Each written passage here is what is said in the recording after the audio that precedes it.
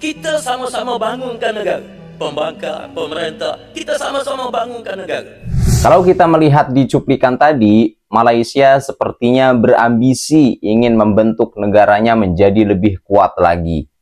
Mungkin karena melihat Indonesia kini makin kuat ya, dengan strategi-strategi yang telah dirancang oleh Presiden Indonesia yaitu Bapak Prabowo Subianto. Namun ada baiknya kalian bisa menyimak video berikut ini terlebih dahulu. Silahkan.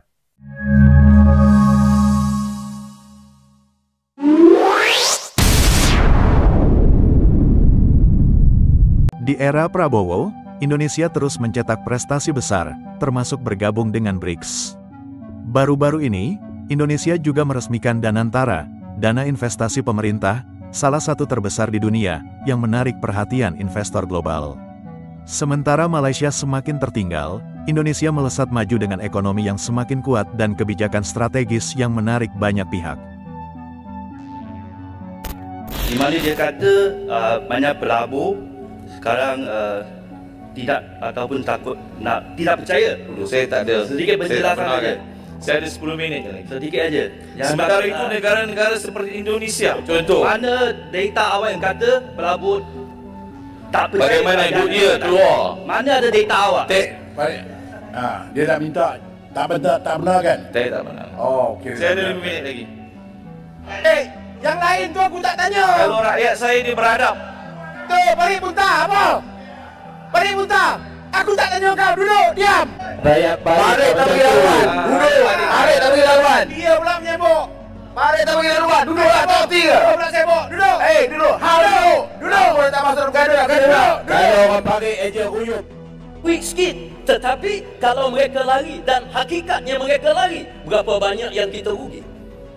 Jadi sebab itu saya nak pesan kepada tamu yang berhormat, tamu yang amat berhormat, supaya berwaspada dengan bercakap.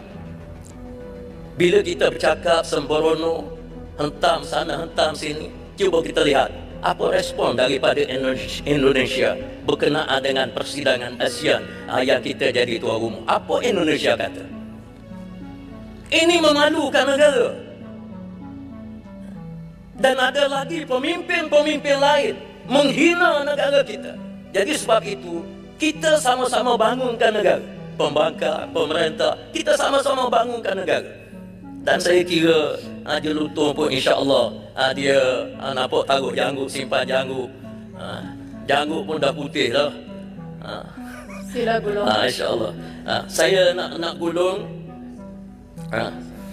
satu perkara saja, iaitu berkenaan dengan sikit lagi, betul. Hulu Terengganu tak ada masalah lagi. Ia benarkan. Sikit je, ringkas je. 1 minit saja. Berkaitan dengan ASEAN. Bagi 1 minit sila dulu. Berkaitan dengan ASEAN ni, Indonesia itu ada kaitan dengan pelantikan Taksin sebagai penasihat ASEAN.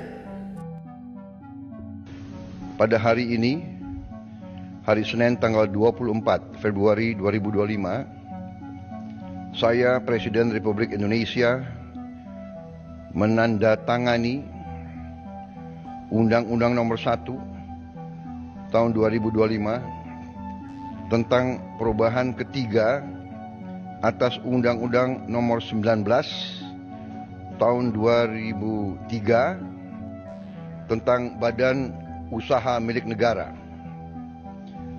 dan Peraturan Pemerintah Nomor 10 Tahun 2025 tentang organisasi dan tata kelola Badan Pengelola Investasi Daya Anagata Nusantara.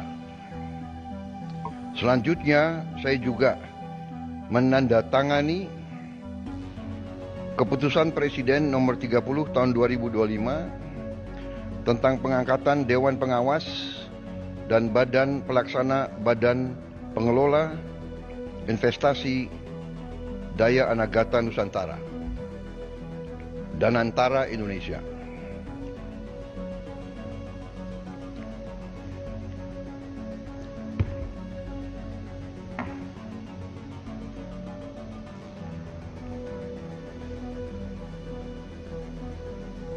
Bismillah.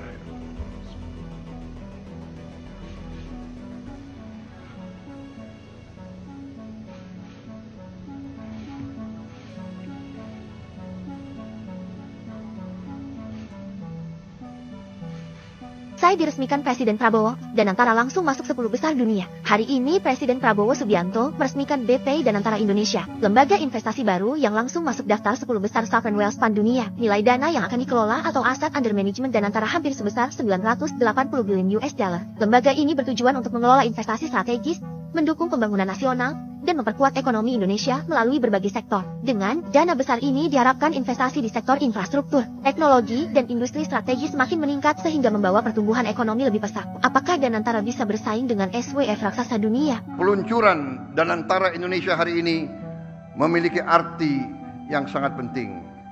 Karena Danantara Indonesia bukan sekedar sebuah badan pengelola investasi, melainkan harus menjadi instrumen pembangunan nasional yang akan mengoptimalkan cara kita mengelola kekayaan Indonesia. Jangan salah, apa yang kita luncurkan hari ini bukan sekedar sebuah dana investasi, melainkan instrumen alat pembangunan nasional yang harus bisa mengubah cara kita mengelola kekayaan bangsa demi kesejahteraan seluruh rakyat Indonesia.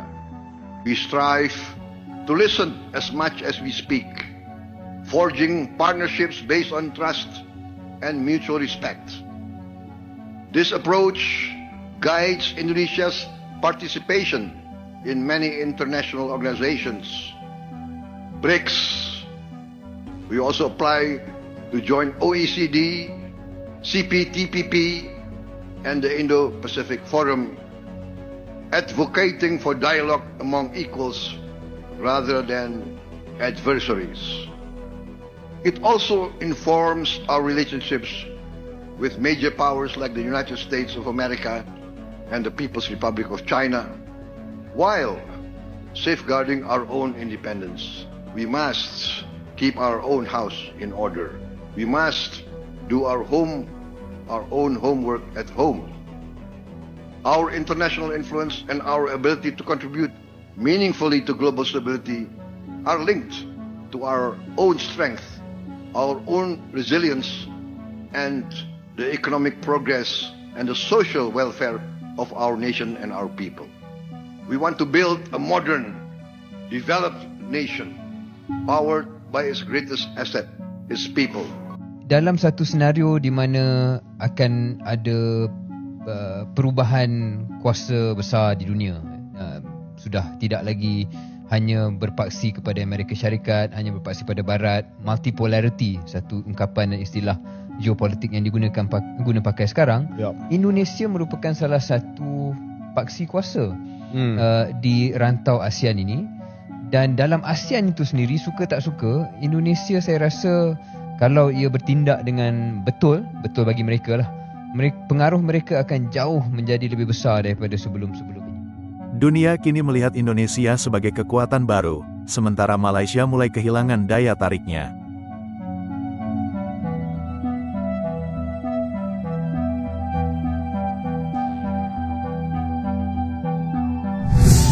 Indonesia dengan danantaranya, Malaysia pun mungkin akan membuat strategi-strategi baru ya, dan kemungkinan Indonesia dan Malaysia ini akan saling bersaing dalam hal apapun. Yang penting hal-hal yang baik lah ya.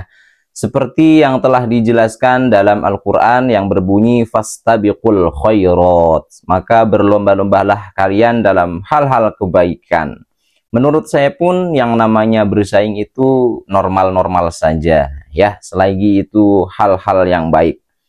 Yang perlu digarisbawahi yaitu lafad al-khairat ya, dalam hal-hal kebaikan.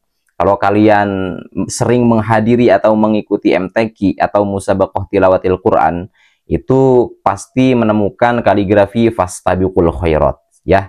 Maka berlomba-lombalah kalian dalam hal-hal kebaikan. Nah, apa hubungannya dengan Danantara Indonesia ya?